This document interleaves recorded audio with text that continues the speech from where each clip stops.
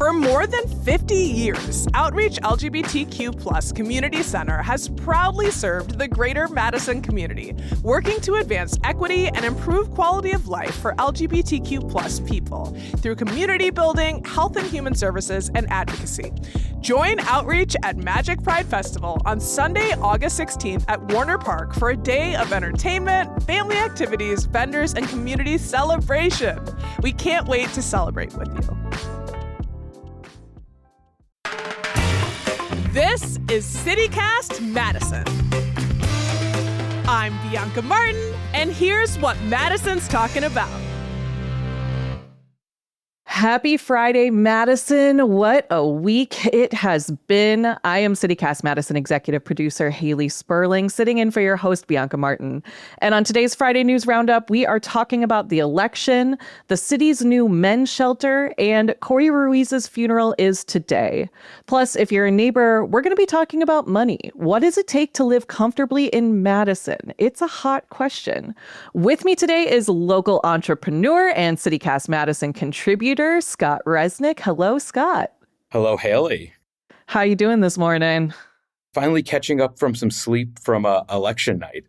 Yeah, aren't we all? And also with us today is your favorite newsletter editor and mine, Rob Thomas. Hello, Rob. Hello, Haley. Always happy to talk money with my boss. Right? Yeah, it's going to be a fun one for us. I hope you're feeling caught up on sleep too, because we are diving right into the news of the day. The biggest news of the moment, obviously, is the election. David Crowley is our Democratic nominee for governor, and this was a surprising victory given the fact that Francesca Hong, our Democratic Socialist representative from the Madison area, was leading in the polls in the days and weeks preceding the election. Scott, for folks who might not know, I want to set you up here because you are someone who has held elected office as an alder, and you even ran for mayor back in the day. So politics is definitely something that is in your wheelhouse. And now that we're a few days removed from this big news of it all, how surprising were the results here in Dane County? You know, Haley, I would say they were surprising, not shocking. When you start to zoom in, it's a really fascinating and interesting story. You know, most folks online might be thinking about politics for the months coming up to an election, but most voters are only thinking about it, let's call it 1 week, 2 weeks before the time that they cast their ballot. A lot of folks turned out in Dane County.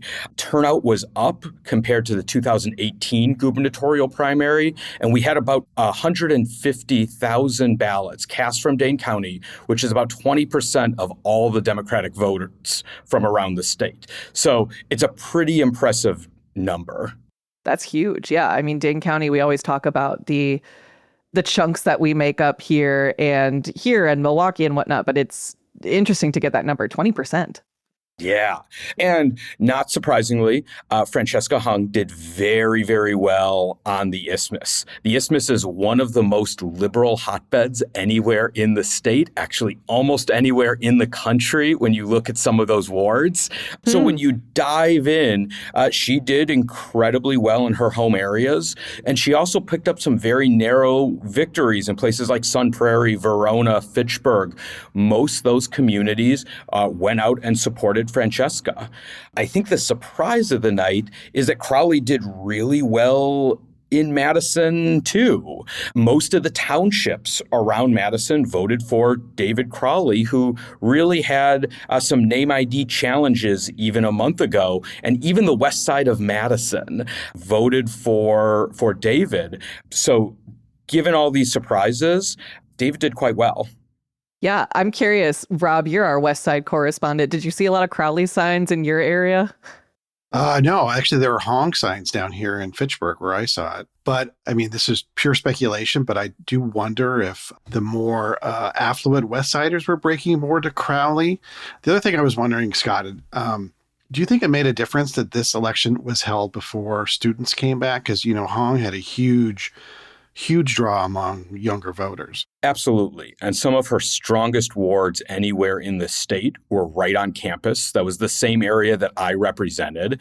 And I think that it is important to note that years ago, almost a decade ago, the GOP did change the way primary votes happen. So students would not be on campus during that time period. And it likely did impact, Francesca's chances here. Now, would that have been enough to turn the tides of the election? I don't know. But if you can imagine an even closer turnout, you may have seen it.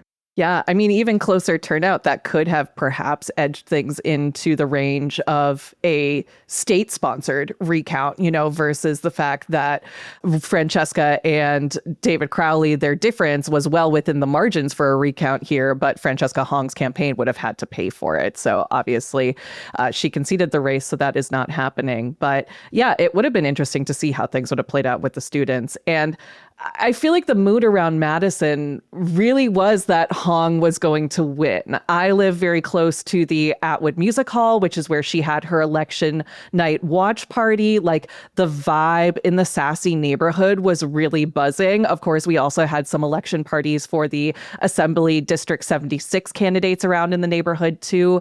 But I know that we had seen even like betting markets showing that Hong was going to win earlier this week. So like, what happened here? Is this a case of like the polls were wrong, or did we really just underestimate the undecided voter? Well, first, it's really important to remember that it is illegal in Wisconsin to bet on a race that you are also voting in. That has been made very clear. But yes, the betting markets really did favor Hong, but those are also not polls. And if you really take some time to learn what a poll is and isn't, and you look at the Marquette poll, which is sort of the gold standard provided by Charles Franklin, that poll showed at the end of July Hong with about a 47% support in the Madison region, and she ended up finishing with 44%. So really right within that poll. The same poll had David Crowley at 11% at the end of July, and he ended up with 36% with a lot of undecideds. So when you look at some of those initial polls, when in the internal polls, who was speaking to who towards the end of Election Day, the polls actually may have been closer. And unfortunately for Francesca's campaign, those undecideds likely split to David versus her own camp. Yeah, I think like ever since 2016, I have been very wary of polls, not that they cannot be trusted. We do very much appreciate the work of Marquette Law and Charles Franklin. They are doing some really, really important work out there, but it's not a full picture of everything that's going on. And, I think one thing that has really come up in the last couple of weeks before the election was the role of Tony Evers. Like, Tony Evers came out swinging for David Crowley once Crowley announced that he would come back into the race. And it's interesting enough that I've had friends sort of parroting back to me Tony Evers' talking points that they had heard probably on like WPR or another news station. So like, he's clearly making an impact out here too. If you were to look at who is the most powerful endorsement in this race, it was Tony, and he went all out. I mean, a lot to the dismay of folks in Madison. I want to say that there was a lot of frustration when they heard he was stepping into this race, but he traveled the state in the last few weeks with David and really shared that message. I mean, the other big win for David was Congresswoman Gwen Moore stepping in and supporting David in Milwaukee. There was a few recent tweets from folks in the Madison area saying, who is Gwen Moore? And she is a powerful figure in the Milwaukee area. So that really did swing support towards David in the final weeks of the election.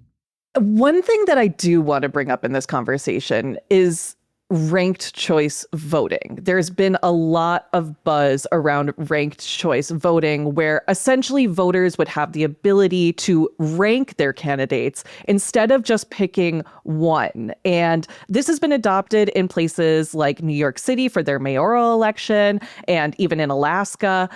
Scott, would this have changed things? Would this have changed the results in Wisconsin? Because, like you've seen, we've had a big, crazy back and forth of the primary season, candidates coming in, candidates dropping out. Like, how would ranked choice have swayed things here, if at all? Well, this was a crazy election.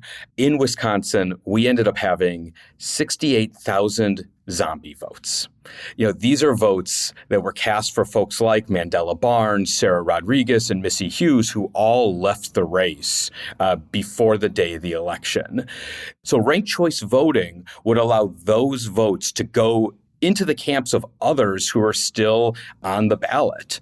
Now, it's quite frustrating when you vote for someone only to learn that they've dropped out, maybe even hours after you put your vote into the mailbox. And I'll say I had friends who were really frustrated by this. But I think it's really hard to look at this as revisionist in a revisionist history lens. If there is ranked choice voting, you see candidates running campaigns very differently, usually working together. You'll see people trying to run in a particular lane. So I don't know how it would have changed the vote total. Would we have seen a new candidate rise to the top? Maybe. But we may have also seen new candidates jump into the field knowing they would have been more appealing in a ranked choice voting system. I think we should note, too, that Wisconsin, once you send in your vote, if you're an absentee voter, like that's it. If your candidate drops out, you cannot change that. You cannot do what's called spoiling your ballot. So yeah, folks, once you're locked in, you're locked in. I always like voting on election day because I like seeing the ballot go into the feeder, but that's not always an option. I love the process of going in to vote. Like it is not only like a democratic process, but I see election workers that I know. I see other like friends and neighbors showing up. It really is like a cute time, and it feels great about being it's probably just great about our democracy. Yeah, everybody's such in a good mood at the polling place every time I go. Like you say, the people working at the polls, the volunteers, the people voting, like it's like we're doing it. We're doing democracy together. It's a lot of fun. And the kids chasing down those stickers, like that's the badge of honor.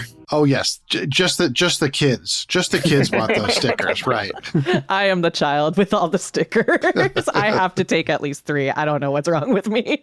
So can we continue these good vibes now that the primary is over? It was a pretty contentious primary. A lot of Hong supporters are pretty bummed out. They thought that she was going to win, and we had an upset. Like, do you think now, as we're pivoting to the general election, that the Democrats can come together? Absolutely. I'll tell you, I didn't find this campaign overly heated or negative. Most of the candidates have relatively similar positions. And on election night, Francesca just gave a beautiful speech that included a call to action for party unity. Yesterday morning, the slate of candidates had a breakfast in Middleton that featured all of the remaining primary candidates. So you're already seeing that healing process. I would also say that up and down the ticket, you will have one of the most diverse slates ever fielded in Wisconsin. You will have a young Black governor out of Milwaukee, a white mom from Madison as your lieutenant governor, a South Indian attorney general, a Hmong state treasurer from Wausau, and Hispanic state secretary of state. It truly is a diverse slate of candidates that Democrats will be putting forth this November. And off to November we go. Thank you, Scott, for breaking that all down. I know we are going to be talking about politics more in the coming days, weeks, and months, but this is a great start to our conversation here. And in the meantime, stick around because we will be right back.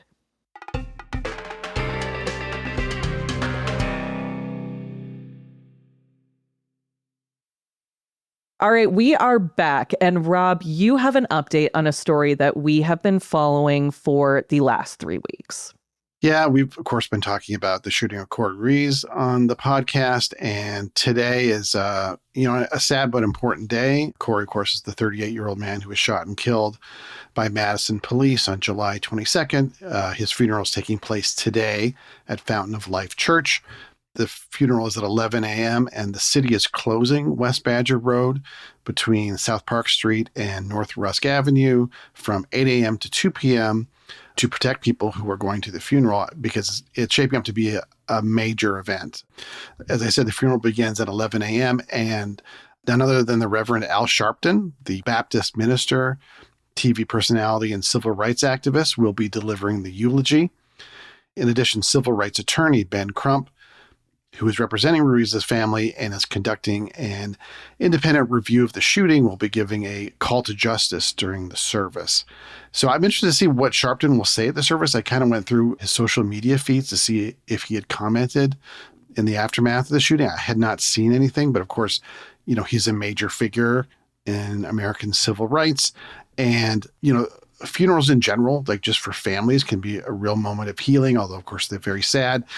And then you have these big sort of public funerals, I think, that can really bring a community together and start some healing that a city like Madison really needs right now.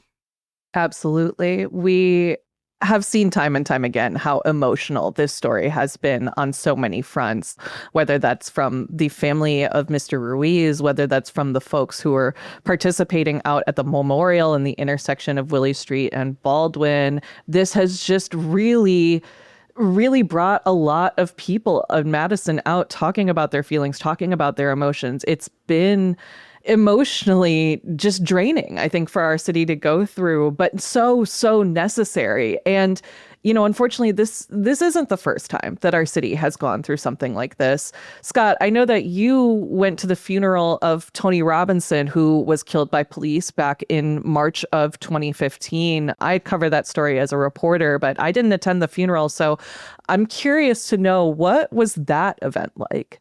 I mean, no funeral is easy, and obviously the funeral of Tony was no exception. You had well over 1,000 individuals packing East High to pay their respects to Tony, and you saw community leaders really hand in hand. Mayor Paul Soglin was there, Michael Johnson, and many of the other major stakeholders in Madison paying their respects. I will say it was a moment of healing for the community. It didn't end the protests, but it did really make a shift in where the conversation went following it. It's one of those events that just don't leave you. And for the community and for Corey's family and for so many other community members, I do hope that this can be a strong remembrance of life. Yeah, and healing doesn't mean moving on. And certainly Ruiz's death has sparked some intense conversations and demands in Madison for change and accountability. And, we've seen time and time again that, churches and people of faith are often at the center of those calls for justice. I mean, you think of this civil rights movement in the 1960s, you think of Reverend Martin Luther King Jr., right?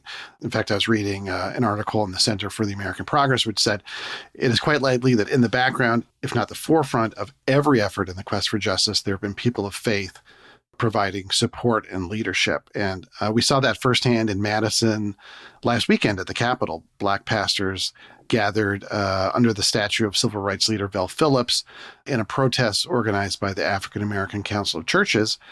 Speakers talked to residents and urged city leaders and the assembled crowd to work for accountability, work for transparency, work for reform. Specifically, they wanted a truly independent investigation of Ruiz's killing. We know that the state is investigating.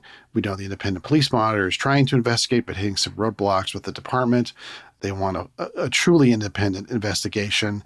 They want all evidence to be accounted for. They want reviews of the Madison Police Department's training, particularly on the use of force and de-escalation. And they want mental health support for not only Ruiz's family, but members of the community. They also said they wanted the names of the officers involved, if that was legally permissible. And we actually got, after the protest, we got a little movement on that this week. Haley, you had Rob Chappell of Madison 365 on the show on Tuesday to talk about that. Yeah. We had Rob Chappell, the executive editor of Madison 365, on the show to give us a little bit of an update on where the case stands. And there is a slight update from the DOJ. They have released the name of the officer who did kill Corey Ruiz. He's been identified as Keel Baddinger Peterson, who is a 10-plus year veteran of MPD.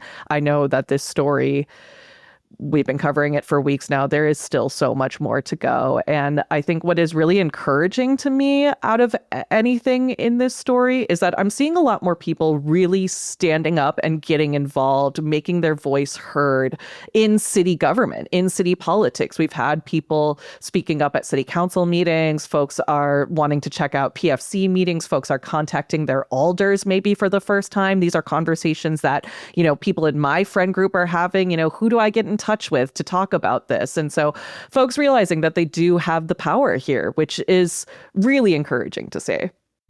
I've sat on the city council during these types of hard moments, and it's how do you take this passion and the movement of justice and try to transform that into actual action that makes a difference in Madison.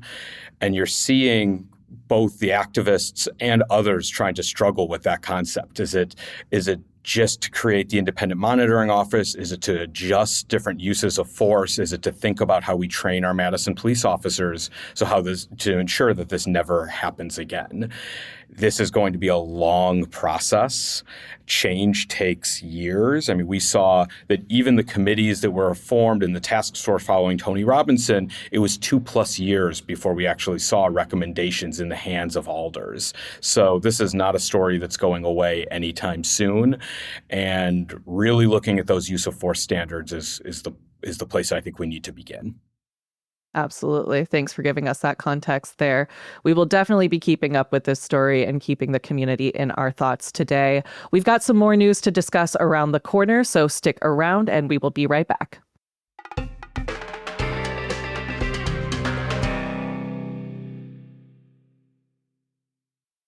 Alrighty, we are back again, and I've got an update on the new men's shelter over on Madison's east side. The long-awaited Bartolon Drive shelter is set to open on September 1st. It's going to provide beds for 250 men a night, and the 2-story building was funded in collaboration with both the county and the city, and it's going to be operated by Porchlight, which is a well-known entity here in town.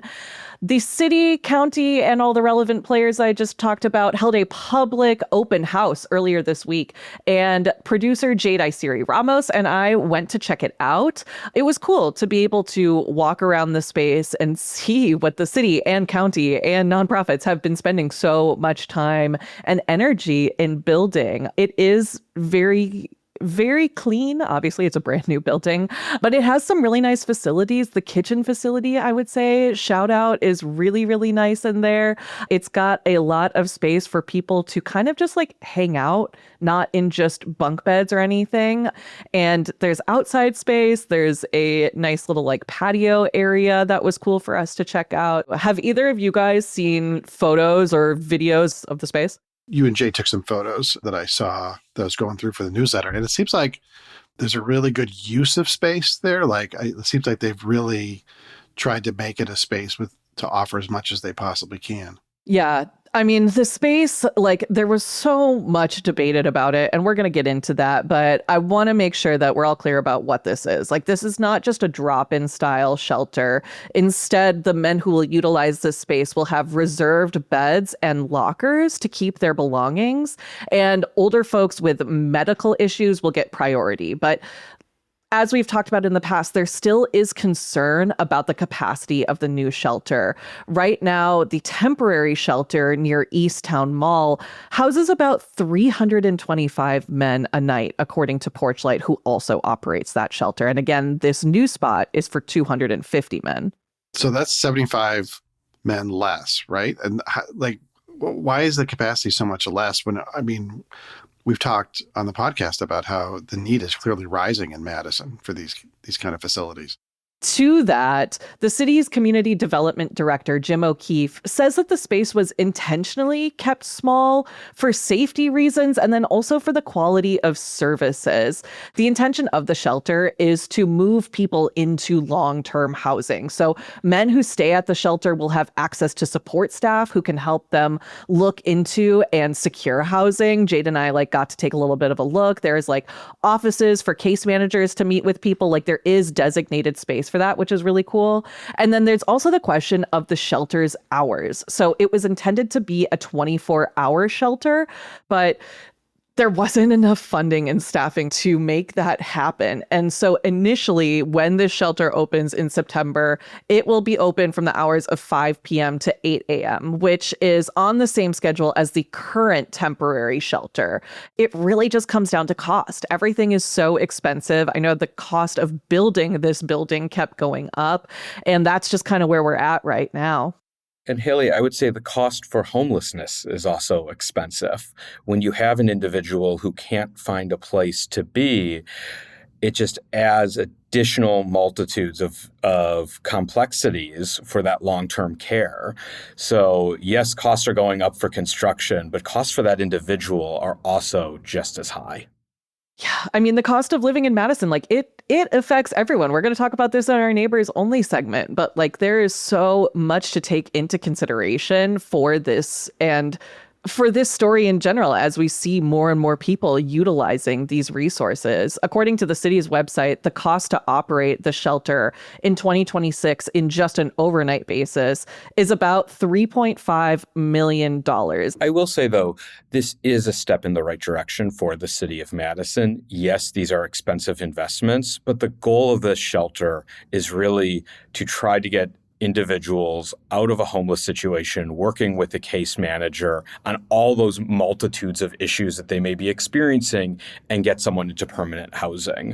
So yes, the numbers are lower to be able to provide that high quality service, but ideally we'll find out if the experiment works, which should result in less homeless in our city. I think it's really interesting to see, too, how the city and county governments worked together on this project and also stepped up to keep giving the funding when more and more was needed. Porchlight also stepped up here.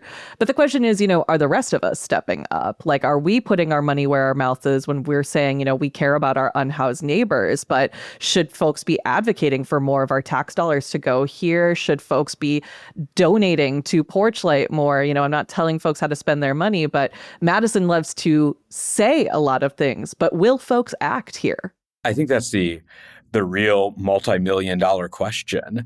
This is going to be an expensive operation. There are opportunities to donate. The Shelter Friends for Dane County is one of those opportunities, and looking for those kind of cash contributions to keep this operation going.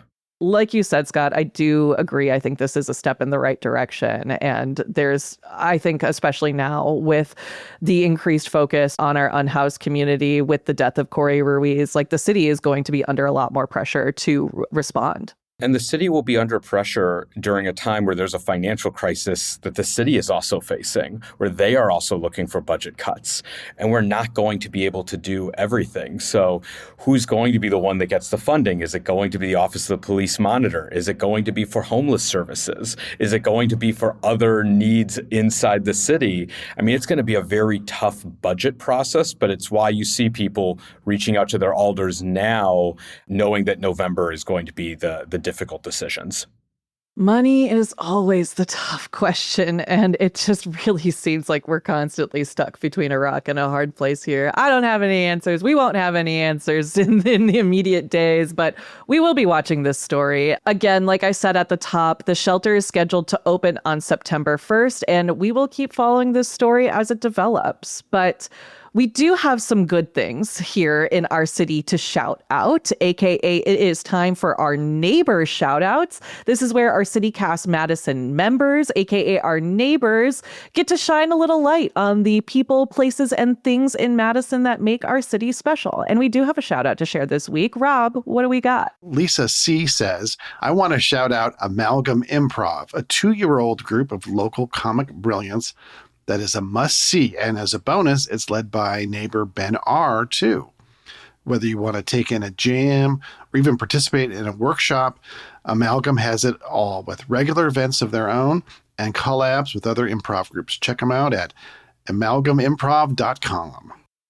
Madison is an improv city. That is one thing that I feel very confident in saying. We do love improv on this team. Bianca has done some improv, and we love our neighbors. Y'all are literally the gas in our tanks. And guess what? We just filled up, AKA we got some new neighbors that we want to thank and shout out. A big old shout out to new neighbors Pearl Y, Laurel S, Logan R, Ilsa B, Cecilia G, and Dale L. Six new neighbors. You sound like the Count on Sesame Street. 6 new neighbors. Yeah, I love it when we get like a rush of them. Like, and I'm like, why? I don't know what we did, but thank you. We just had a great meetup with our members at Oldbrook Beer Garden. It was so fun. The weather was perfect. We got to meet some people who'd been to previous events, some members who had never been to a member event before. It was really, really fun. And in that vein, I should mention that Magic Pride Fest is this Sunday at Warner Park, and we will be there. And we will be there with our brand new tent, I understand. So I'm very excited about that. That's anybody, members, readers, listeners, anybody, come by, say hi, get some free stickers. Haley's going to buy candy, she says, to give away. So that's from 1 to 6 p.m. this Sunday at Warner Park. That's how I lure people in, with candy.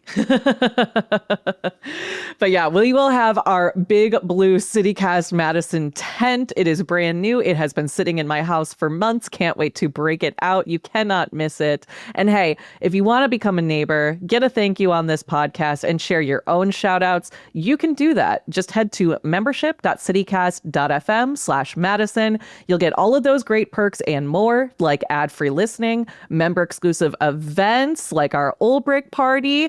You also get member exclusive emails, and you'll hear our neighbors only segment on this podcast, which is coming up next. We are talking about how much money people are making in Madison and how it's impacting how they live in this city. So again, if you want to hear that segment, get all those other perks, come to our members events and support our team, head to membership.citycast.fm/Madison. And one more note before we go, I want to make sure that you guys are checking out your podcast feeds this weekend. Our very own Bianca Martin is going to be on the next episode of CityCast's national show, Your City Could Be Better. Last time Bianca was on the show, she was talking about data centers. Things got really spicy. We heard from a lot of you regarding that episode. Thank you for listening. This show, I will say, hopefully gets folks just as excited, but in a more positive way. It's about Dane County's new landfill and sustainability campus. It's a really interesting conversation, one that is really relevant to us all, whether you think about it or not. So check that out. Your City Could Be Better, dropping right here in this feed on Sunday, or you can also find it on YouTube at Your City Could Be Better. Thank you guys so much for this lovely roundup. It has been a full journey here. Scott Resnick, thanks for joining us.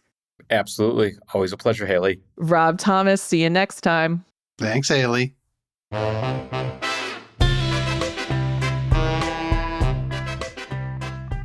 That's all for today here on CityCast Madison. I'm executive producer Haley Sperling. Bianca Martin is your host. We're produced by Jade Isiri Ramos. Katie McMurrin is our post-production producer with help this week from Melissa Castles. Our theme music is by Carl Christensen, and additional music by Wendy Marchini and Sarah the Instrumentalist comes from Epidemic Sounds via Getty Images. Rob Thomas is our newsletter editor with help this week from Natalia Aldana. You can get more news delivered right to your inbox by subscribing to the CityCast Madison newsletter. And don't forget, you can support this show, fill up our tank, and get great perks by becoming a CityCast Madison neighbor. Just head to membership.citycast.fm/Madison. And if you enjoyed today's show, why not share this episode with someone who voted, or someone who is just starting to talk to their local elected officials. All right, we will see you back here Monday morning with more stories from around the city. Don't forget to check out Your City Could Be Better, dropping in this feed on Sunday. But until then, thanks for listening and have a great weekend.